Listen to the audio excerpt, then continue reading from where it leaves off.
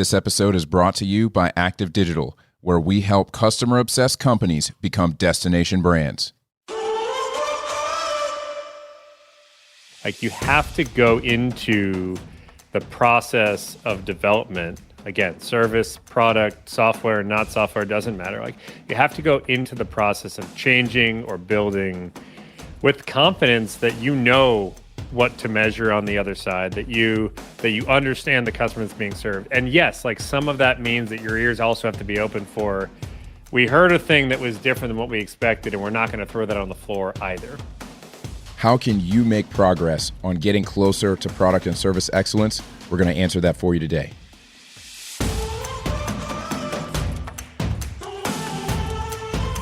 Do you want to de-commoditize your products and services? Do you want to become a destination brand, increase your revenue, and have more control over your pricing?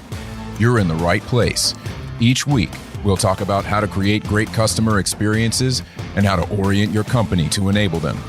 We're your hosts, Devin and David, and this is the Experience Leader Podcast.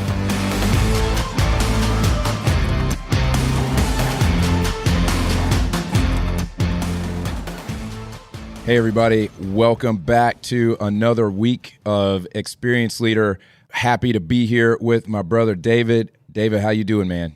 I am doing well. Love this topic, man. Love this topic of jumping through CX. Excited to have round 3 with you today. Yeah, man. This is a big one. We're talking about product and service excellence. If it seems obvious, it's because it is. You have to have product and service excellence to even have a chance to play ball. But obviously, we know it's not easy to do, which is why it's worth being one of the 5 forces. Everybody here listening knows that having a product that people want and delivering that with excellence is extremely difficult. We want to be able to leave you with, some things that you can take back to try to make progress in your business. And the one thing that we want you to be able to do is to always ask, when you're making product decisions, does this help the customer achieve their goal? Does it help them achieve their intent? I can promise you, if everybody on your team asks that question, then you will be making progress. That is the overarching thought here. We're going to get into the nitty gritty of that. I want to hear from my dude here who has run a product company himself. I want to hear your kind of thoughts on that and the importance of that. I'm smiling as you were talking about that because it's like the problem statement is fairly obvious. I think this statement is fairly obvious in the sense that, yeah, like you of course, always make sure we're meeting customer goals. It's hard to do, man. It's hard to do. What I always find interesting is to gauge whether people feel like they are doing an excellent job, right, or achieving excellence. And then you I think a lot of times you forget to ask, well, excellent at what, right? And so that's the kicker, right, is you can actually be excellent, you can fully achieve something, but have somebody on the other end thinking, wow, that completely let me down based on what I was expecting. And that'll be good for us to talk through today. But man, that's almost the worst case scenario, right? Is that idea of it's not just to be excellent, but you have to be able to think about why that's important in the process. To kind of harken back to last episode where we talked about only 10% of customers that were surveyed by Acquia thought that the companies that they were buying from did a great job, that they were meeting expectations, and 82% of those companies thought that they were meeting expectations. They thought they were doing a good job, right? So there's a gap there, and there's a gap because it's hard. It's really hard to do this. The issue, having worked on product teams, large and small, the issue is that on a small scale, you only have so much bandwidth to be able to do so much. You can only push so many features out. If we're talking about software, which is just about every company has some software aspect to their business at this point these days. When you're talking about software, you're pushing features out. There's only so much that you can do when you're on a small team. You only have so much resources to put to a product. And, I've seen it to where teams have tried to go too wide, too fast. You have to make trade-offs. You're trying to make the right trade-offs that are actually going to resonate with the customer. When you get to large teams, you can have all the resources in the world. Coordinating those resources is really hard. I can say from working on a customer experience team that was 50 plus people, just getting all of those things to merge back nicely into one cohesive experience for the customer is extremely difficult. It's extremely difficult. And asking the question, is this helping the customer achieve their goal? When you get to that level of complexity, it gets exponentially harder for everybody to be asking that question and to be able to answer it with the 30,000-foot view. That is something that, again, it's deceptively simple. Even what you just asked, right, which is this helping them meet their goal? I mean, how many times have you been in a room, have I been in a room, where the next question out of somebody, usually it's a smart aleck remark, but there's some truth to it, which is like, which customer and which goal, right?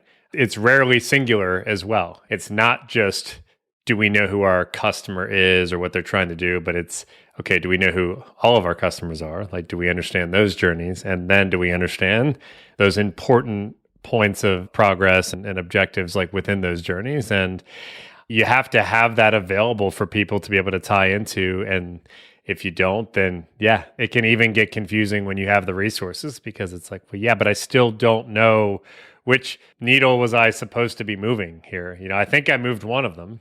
It's definitely not all about aptitude when it comes to building teams and what it means for them to judge success, right?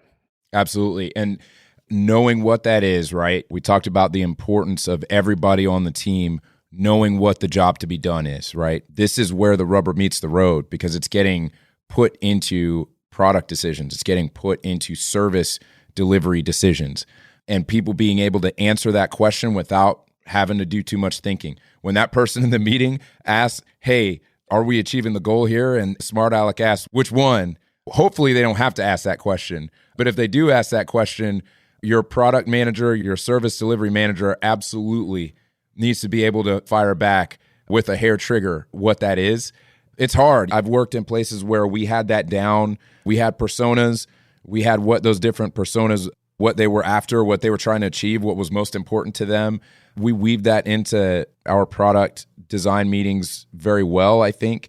My issue with some of that stuff is that we would treat the persona as though it was the real customer, when the persona is an amalgam, right? It's an amalgam of ethnography, etc.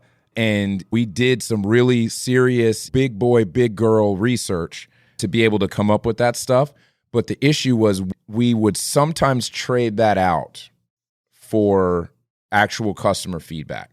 And it was crazy because we had the resources, okay? We had the resources. We had dedicated research people on staff.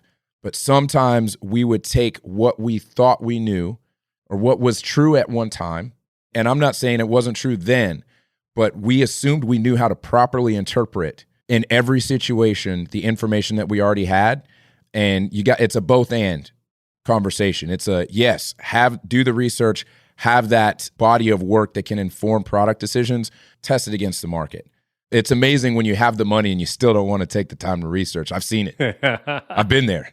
Well, I mean, listen, I think this is a topic, right? The topic of excellence in service and product, how that relates to the customer. It's one that I think at its core, a lot of folks, they want the answer to be that they're doing a good job, right? Or even more importantly, they want the answer to be this thing we just spent a lot of time on, solve the problem. Because it's like a lot of other data points, right? I mean, you can make the data say a lot of things. Sometimes that means just relying on a persona. I've seen people do the opposite, right? Where they're over-indexing on literally not just a customer, but a person, right? And if we just made that person's life easier and they were maybe the one that, called in with the bug in the first place or whatever, it's kind of like wash your hands, job well done. And it's like, did anybody think about seeing it happen in both directions for sure. I think much more often is the case that you're describing though, where we rely on journeys and personas and some of these kind of macro intersections to say, okay, it feels like that moved the needle forward. And we don't really think anymore about it, right? We don't dig any deeper to figure out like, hey, did that actually do what we thought it would? It's interesting if you think about supply chain optimization, and particularly in deep manufacturing, and the number of data points and how all events along the chain are ultimately captured, especially now, right? I mean, even 15 years ago, you would never be able to get away with sort of generalizations on, well, okay, we think that generally between steps like 4 and 6 on most of the machines, these things tend to happen. That is not an acceptable way of dealing with high volume supply chain, right? You need to know, okay, where is it breaking? Where is it slowing down? Let's actually trace the data back to that point, and let's make sure that whatever we're fixing, software, hardware, otherwise, is actually taking care of that issue, because we're pumping 7 million a day of these out, and we can't be guessing. I think a lot of times, particularly in software development, but you see it in the service world, you see it in other physical product world, we want it to be okay, so we make sure that it kind of fits the right story, and then we just reverse engineer that into, yeah, we're good. We're good on that front. Oh man, it's so true. And it's tough, right? It's tough to work on something, to work really hard on something, to get it into a test, like a real world test with a customer, them not, either not get it, not use it the way that you thought they would. I've been on the other side of the glass where, like people have been working with coworkers who were just like, oh, they're idiots. They're using it wrong. And it's like, are they the idiot? Maybe we did it wrong. I think we did it wrong, man. How do you think about customer feedback? You and I both agree that it's something it's essential to this process, but how do you think about customer feedback in that light? Like knowing that, A, it's definitely not always positive, right? In fact, it's, a lot of times it's the other way around, but, it's also not always useful, but that doesn't mean it's not useful. Like, how do you think about that? Okay, yeah, so that's a great question.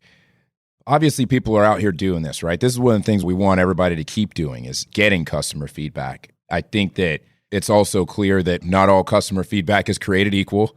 It is interesting to be able to know when you're making a change from the right set of data, right? And part of that is having a big enough sample set. And I will say personally, I don't think that is just numbers. I don't think data set is just numbers. Data set is people with different intents. Generally, when you're putting a product out there, you're going to have people who are using it to achieve one thing. They have one job to be done. And there are people who may have another job to be done that's using the same product, right? And understanding, okay, who's our target? Who are we selling to? And who are we not? So that's one thing, because you can have a lot of people, but not being able to triangulate, this is the right job to be done for us to focus on. We're going to make product decisions off of this one. We're not making product decisions off of that one. It's great that that person still decided to buy the product, but we're not actually trying to solve for that job, right? You got to be able to make that call. And honestly, being able to make that call stops you from, needing to interview 100 people, right? I mean, nobody really does that, right? But okay, maybe some people do, but you know what you're looking for, and the stories start to repeat. I've talked to really experienced researchers that say, honestly, after about 5 user tests, 5 interviews, 5 whatever it is, you start to see the same patterns repeat. So you don't have to have a massive sample set, but you do have to have the right samples. And so one of the ways that I always like to focus is, are we listening to feedback from somebody who has the job to be done that we're targeting? Now, sometimes you get a situation where you thought you were solving for one job and your customers show you that you're solving for something else, and that's great, right? Like it's a learning opportunity, and you got to know when that's the moment. But I think that on the whole, the way that I take that is, okay, are we looking at somebody who is actually trying to solve the same thing, and did we fail them or not? If we help them make progress and they're happy with it, then great. If they're giving us feedback, then great. But if they're demonstrating to us that they're trying to solve a different problem that we're not in a position to solve right now, let's make sure the sample set tells us enough that we're at least in the ballpark. If everybody's saying you're doing it wrong, then you're just doing it wrong. But in my opinion, that's how you know which feedback to listen to and which feedback not to listen to. Some of the noise around this topic, right, of product service excellence and how you incorporate the customer as the main actor in that story. One of the hard things for teams is that this stuff can feel a little bit fluffy, right? It can feel certainly qualitative, and there's a hesitation that it's like, well, it's either, and I'm not just talking about customer feedback, although I think this is a good example of that, where it's like you're either dismissing it almost entirely and sort of taking a gut feel, or you're going so hardcore, numbers driven, quantitative that you're kind of missing the intent along the way. And listen, there are great tools and structures for some of that, but I think a lot of times the key is, and I love how you put this out there, is there's a certain amount of structure and confidence that is required. Like you have to go into the process of development. Again, service, product, software, not software, doesn't matter. Like you have to go into the process of changing or building with confidence that you know what to measure on the other side, that you understand the customer that's being served. And yes, like some of that means that your ears also have to be open for, we heard a thing that was different than what we expected, and we're not going to throw that on the floor either, right? But it's still that structure that allows that to happen. I feel like innovation is very similar in that it can be misunderstood in the context of customer and the like of, okay, we're either highly innovative, in which case we're just going to break everything we can, right, and see what happens, or we're not innovative at all because that's just noise and it's getting in the way. And I look at that as another topic where the organizations that are out there weaving, or at least trying to weave in innovation to how they think about their product roadmaps, how they think about serving their customers, much like the incorporation of customer feedback, it's the right thing to do, but the implementation sometimes gets a little bit off kilter. There's a book called Loon Shots by Safi Bakal. Part of it is about the different types of what he calls loon shots, which are really just these higher levels of innovation. And part of the book is really just about balancing these heavy doses of innovation with what it takes to run the business. And there are lots of good points that he makes throughout the book, but one of the things that he comes back to often is just the deliberate nature of the organizations that have actually been most innovative over time, not the one-hit wonders, not the thing where it's like, all right, they had one patent and that happened to give them the $4 billion drug and then they never came up with another one. That isn't the type of innovation he's talking about. He's talking about companies that have proven innovation over 20, 100, 150 years, right? Because of the way it's built in. And there's a cultural aspect to that, which is we want to be innovative. We want that to be a part of how we view, how we solution, how we go about change management. But there's also a side of it that says that you have to structure in that to how you think about excellence in your product, right? You have to have realistic expectations that map to gradual innovation. I look at feedback and innovation similarly in that way, where it's like, there is no, it's ironic to say this when you're talking about innovation, but it's not the aha moment. Like that isn't the thing. It's how do your teams actually work together in such a way that there's just a constant lean on that. Like the investment is there and the team understands that if you're going to meet the customer where they are and hit those objectives, that you're going to have to continue to get better because your customer is going to continue to expect more on their journey. Right.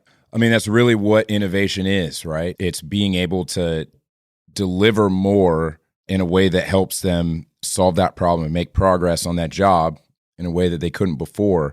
It's another reason why we have this. Is one of the things that we want folks to keep doing here is investing in innovation, knowing how to do that. And one of the things you brought up early on and what you were saying there is knowing how to incorporate that into the business, knowing how to incorporate that. It's hard when you've got something that is established. You know, you see some of these companies that have been around for decades and decades, and seeing, you know, some of them do really well with incorporating innovation and systematically, just culturally being able to make that a part of how they do what they do. And then, you know, other companies that it's really hard. I agree with you. It's a cultural thing. There's a need to give people the latitude. You know, I think this is something we'll get into as we talk through some of the other forces, is giving the latitude to make those decisions, to try to innovate for the customer. But you're still, at the same time, you're still asking that question. Really, that's the birthplace of innovation to me, is this helping the customer achieve their goal and wanting to do it better? It's really hard to garner up the, I don't even know, motivation, I guess maybe is the right word there. It's hard to be motivated to ask why when something fails or just falls flat on its face. Particularly when, you know, if you think about most roadmaps, if you think about most of the planning cycles that organizations go through, there's just not a ton of allowance for that piece, right? So we're talking about customer feedback, we're talking about innovating. You can get into kind of how people run these teams, et cetera. But if we're being honest with ourselves and you look at a roadmap that goes out 3 months, 6 months, 9 months, most, and I don't want to say all because there are plenty of companies that do this well, but most companies actually, it doesn't matter that you're using a particular way of managing your teams. There actually isn't any leeway to take a left turn. You may have some space for failing in the sense that you don't expect every release or every change to work the way that you thought it would, but almost nobody leaves a sufficient amount of time to actually ask the question of like, well, why didn't that advance progress the way that we thought it would, right? Why didn't that help our customer meet the objective? And a lot of times what ends up happening, and this is the heartbreaker, is you might have been 97% of the way there. Like it was just 3% off and it looks like a hard fail, but 2 more questions and you would have been there, right? But it's hard. If you succeed, everybody's okay with doubling down. You can take a little left turn and you can, it looks great. But when it feels like a fail at first, nobody wants to, as the person who created it, as the person who's maybe responsible for releasing it, as the executive that's sitting on top of that. And frankly, it's the leadership that has to have this mentality first. Do you give people permission to ask one more question? Like figure it out. Why didn't it work? And that goes back to that structure and confidence of you didn't go down that path for no reason. There was, like, by definition, there was a reason for why you made that change or you built that feature or you made that adjustment to, the way the process worked or whatever. There's a reason you did that. There was a thesis behind the impact of that change. Like, just ask, just figure it out, because sometimes the answer is just flat out wrong. Great, move on, don't do that again. But sometimes it's like, oh, we were so close. And now that next thing you're doing, that next ticket you're picking up, you're starting at zero again. And that thing is gone. That's true, man. And I think that that's why one of the important things to me for being able to systematically have the ability to ask that question in an organization is to utilize design thinking, to be able to iterate, but to intentionally design the iteration. You spoke very well to one of my massive pet peeves is when we get too caught up in quantitative data and we start making changes without knowing why, right? We A/B test the heck out of stuff and we don't ask why something worked better than the other thing, right? The blue button worked better than the green button, but we don't know why. We just did it. It becomes company legend, like we said. Blue buttons are better than green buttons, but nobody knows why. It just A/B tested better, right? To have the ability to ask why, to have the ability to iterate and to intentionally plan out journeys, and to do that, to give teams, not just people sitting in ivory towers, because I've also seen that too. You got some folks sitting in ivory towers that plan out journeys, and everybody else is supposed to do that, but they're not close enough to the metal, right? They're not close enough to where all the action is happening. That's one of the ways that you can really do that. Kind of going into one of the other things I think people should continue to do in order to do product and service well is to, in the software world, keep employing agile dev practices. And I say that not to be confused with Scrum. Agile and Scrum are not exactly the same thing. I think people use them interchangeably. I think that Scrum is a decision you make for your team. It's a decision you make for your company, whether that works for you or not. But the principles behind Agile, I think, are good principles because they're people-centric principles that put solving problems over processes. I would love to know your thoughts because you have an actual development background. I've worked with developers very closely. I've been a designer put into a Scrum process, and I've seen how, and I might make some people mad here, I personally do not think that design works in Scrum. We'll get into that in a minute, but I would love to hear your thoughts on that, man. Oh, man, you're going to rile everybody up today?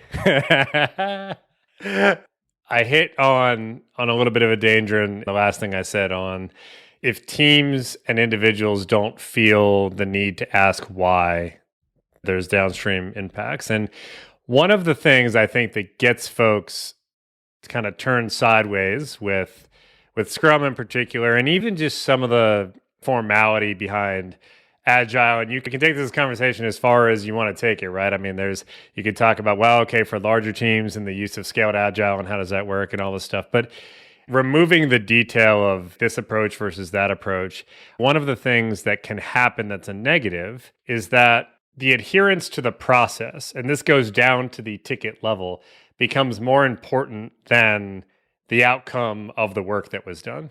Just say that out loud, right? And this is, by the way, like software development is not the first place where you could utter those words of like the process is more important than the work that's being done. There's in human history, there have been a lot of job types where most people probably came home saying the same thing, right?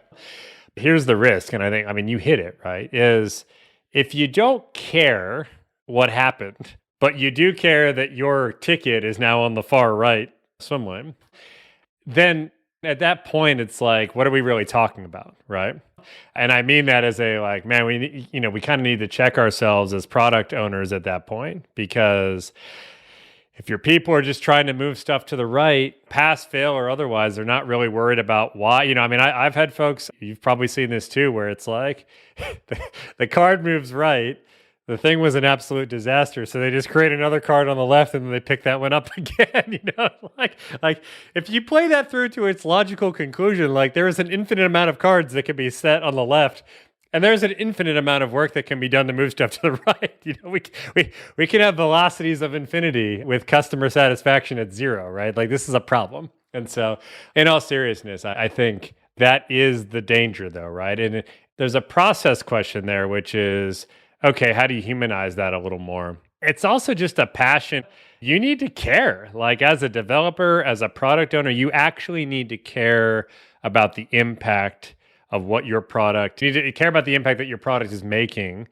And you need to care about the impact of the changes that you're making to the product on the customers that it serves. Like, I don't care what you're using. If you don't care, you will regress to, not even that, you will regress to the process in this part, and you will care more about those stupid tickets moving from left to right than you will about anything else. And like honestly, in years of being the lowest of lows, business analyst, developer, the senior dev, the product man, all the roles, right? That's the bigger factor. Like it wasn't so much about like, well, was it waterfall? Was it agile? Was it a hybrid? I don't know. Like when people cared, like stuff got done, and when people didn't care, like also, stuff got done, and then we redid it a bunch of times, right? I mean, I could just go ahead and stop recording right there. That's it. I mean, when people care, stuff gets done, right? I mean, problems get solved. Yeah, I think we're hitting on this in this conversation, but like, I'll just say it flat out. Like, caring is caring about your customer. I don't mean like, are you proud of yourself for knocking down 400 lines of code into 30? Like, I mean, that's the thing too. Like, high five, but like, did it do anything? Yeah, man. Like if you don't care, I don't know what else to tell you. You can keep changing up process, and you can change product owners, and you can make changes to the org chart where you guys are based on functional groups or not, or you're cross-cutting or not. At some point, everybody's got to look in the mirror on that one. Yeah, I love that. It's so true.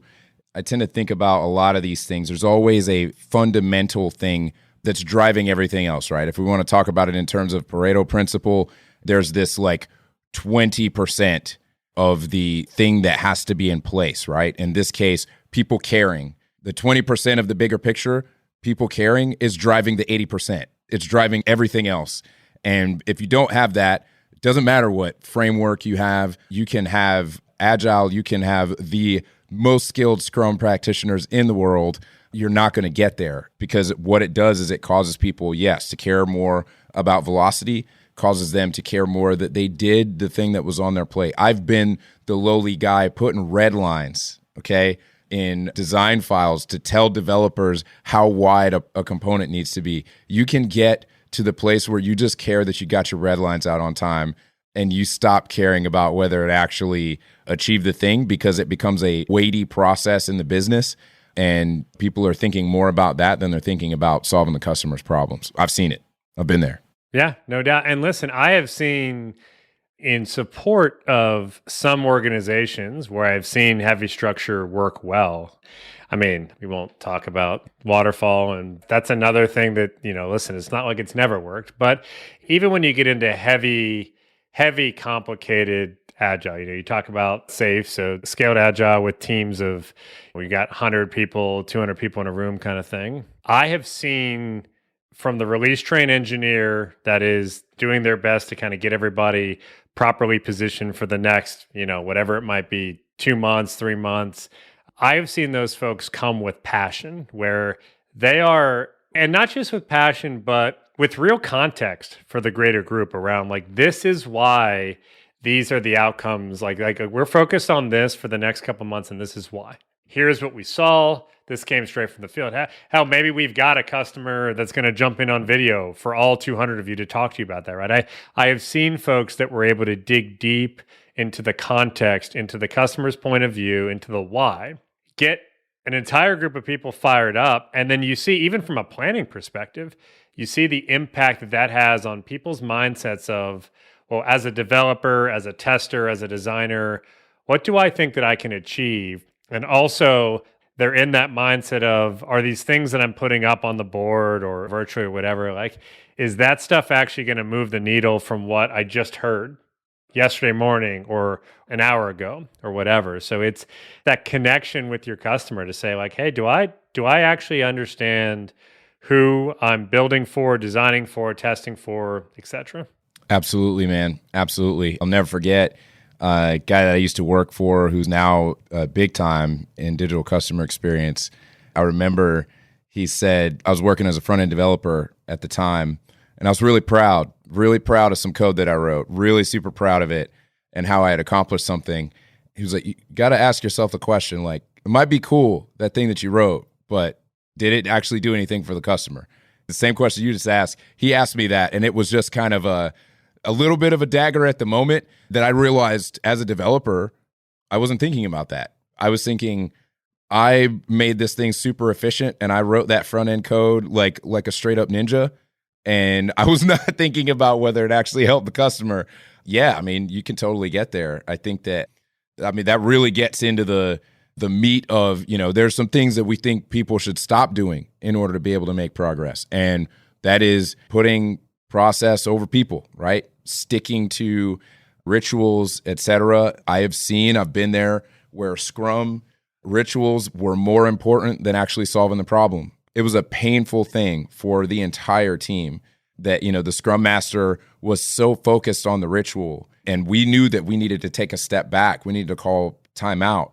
But to that Scrum Master, there was no escaping the box. You had to stay in the box, and it was tough, man. I will say that is probably the least fun I've had on a product team was that team, because we tried to make everything fit into Scrum, including design work, which is I'll say again, I don't think that Scrum fits in design, or that design fits in Scrum, excuse me. I think that Scrum was designed for development work. A lot of the metrics of success are specifically pointed to development work. Doing problem-solving work, in my opinion, in everything that I've seen with anybody following Scrum, it doesn't really allow for you to have that time, which sometimes has to be less structured. You have less answers. There's less fidelity. There's more ambiguity. You don't have enough ambiguity to go through those rituals and it be worthwhile when you're early on in that process. I've been there of trying to make it work where you have the design team maybe run like a sprint or two ahead of development, but you still have the design team trying to work in that sort of framework. And it all just seemed like a workaround that was missing the point. It was missing the job.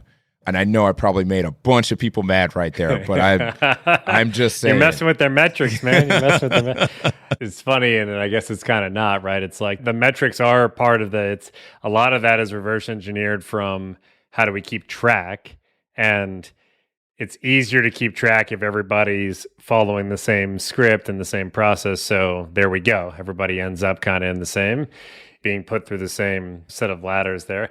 I'm with you. I think for me, probably more than anything, it always highlights the importance of product professionals in that full end-to-end, because you've got PMs that want to keep things moving and they want to stay on schedule and they want to align.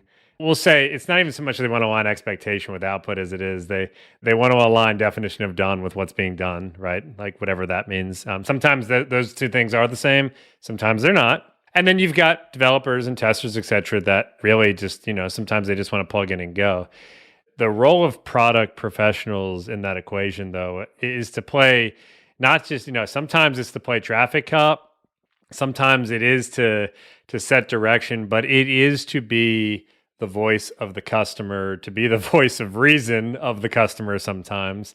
And I think in situations where product folks are allowed to do what they do, you see a lot of good exchange, regardless of the frameworks being used. You see that right level exchange. You see people that are willing to pause and maybe even change direction when they need to, which, let's be honest, I mean, that is the point of Agile. It is the point of, in other cases, like, the product folks kind of get downgraded to like, listen, you're just our mouthpiece back to the business. Like, you get to talk at the beginning of not even the beginning of the sprint. Sometimes it's like, you get to speak once every 5 sprints, and then anytime we need something, you're going to go parrot that back, and that's very unhealthy, right? Because then it becomes either the PMs or the devs or whomever kind of yells loudest. Sometimes it's the testers that have all the power to hold things up, so they're the loudest in the room. But it's somebody other than the voice of the customer that is then driving all of it.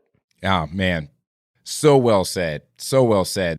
It's the crux, right? Again, if you don't take anything else away from this episode, it is being able to ask and really look wide-eyed at the answer. Are we helping the customer achieve their intent? And being able to pull the stop cord on the assembly line if we're not, and to be able to reorient. And you're right, man. You're on the team or you're running the team. You're running the business. A lot of our folks are running a business, right? You're running this part of the organization that handles this. And you're asking, are they going to get this done on time? Are we going to be able to go to market on time? And everybody else is following the trickle effect of those marching orders. And so it can get to the point where people are they're like, listen, we got a set of requirements. We got to build some stuff. You're going to do it at this velocity. And we're going to call that job well done. And, at the end of the day, honestly, like for a good business leader, that wasn't their intent. It wasn't the intent, but culturally somehow that happened. That's a thing that we've got to be able to stop doing. And you've got to be able to let people know and put the pieces in place to allow somebody to say, hey, I know we said we were going to launch this thing by this time. We've got some choices here.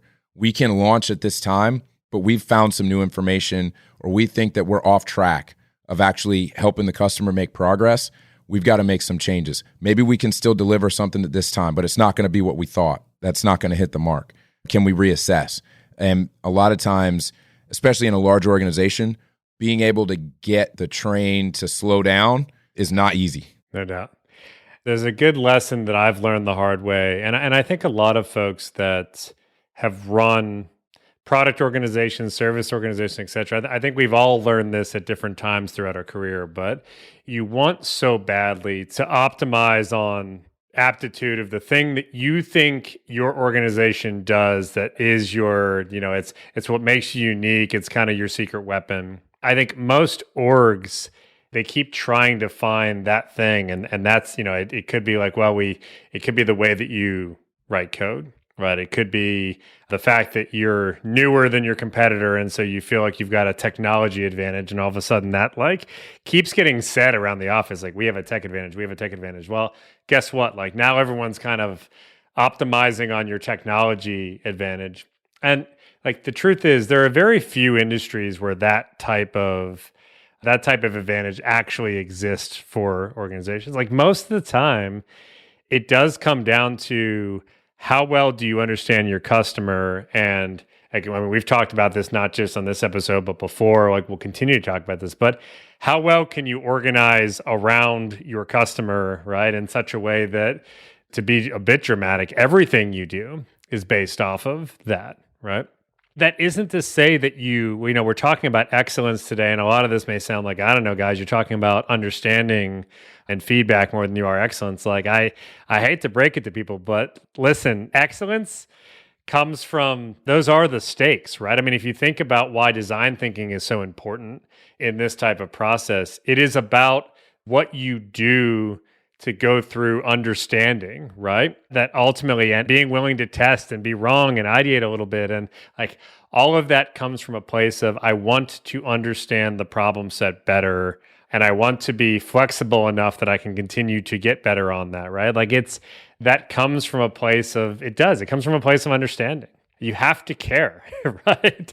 I know sometimes that doesn't sound like excellence as much as it does. Like, I don't know, that just seems like a kind of a nice 1% better. Like, yeah, do that every day for a year and see where that gets you. Like, I have a feeling you'll be closer to excellent with that plan than you will with like trying to hit a home run with every 17th feature that you put out there. Like, I don't know what else to say. You know? That is so true. I've been doing this for a minute. Like, it doesn't really work the other way. Yeah, I mean, you're totally right. If you're not utilizing design thinking, if you're not by way of the way that your teams are given their charge to go and make great product, you're not allowing them necessarily the latitude to solve those problems. I mean, that is how you get to excellence. And you're right. It's an iterative process. Again, design thinking focuses so much on being able to iterate and at those steps of iteration to really test against whether or not you're solving the customer's problem, whether you're helping the customer achieve their goal.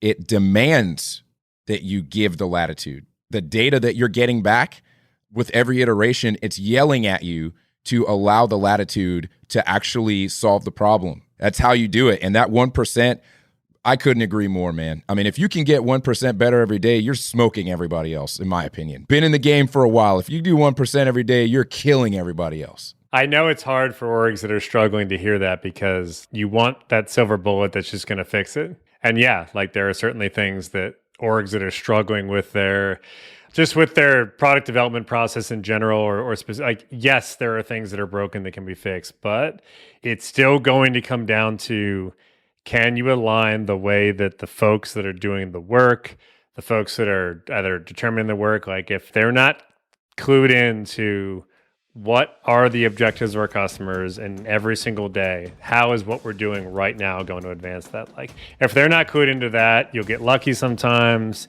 You'll get unlucky most of the time, which really has nothing to do with luck at all. It just has to do with not doing the right thing. And that's where you'll find yourself. Absolutely, man. I think that we've really covered some stuff here that I think it's simple, right? Like we said, it's deceptively simple, but it's hard to do. It's hard to do well. Again, there are some things that might be out there that you're doing well. Continue to do those things. Continue to get customer feedback, to invest in innovation, to employ the right practices like Agile, but stop putting process over people. If you see that happening in your organization, it is totally stopping you from achieving excellence. Use methodologies, use frameworks that allow you to systematically give your organization the ability to get better, that systematically put you in a position to form your operations, the way you work around the customer. Folks, I hope that this was helpful to you. As always, we want to make sure that we're getting 1% better, that we are serving you. So please send in your comments, your questions, what you would like to hear to devin@experienceleader.com. And folks, keep outserving your competition on your relentless pursuit to become an experienced leader. Catch you in the next one.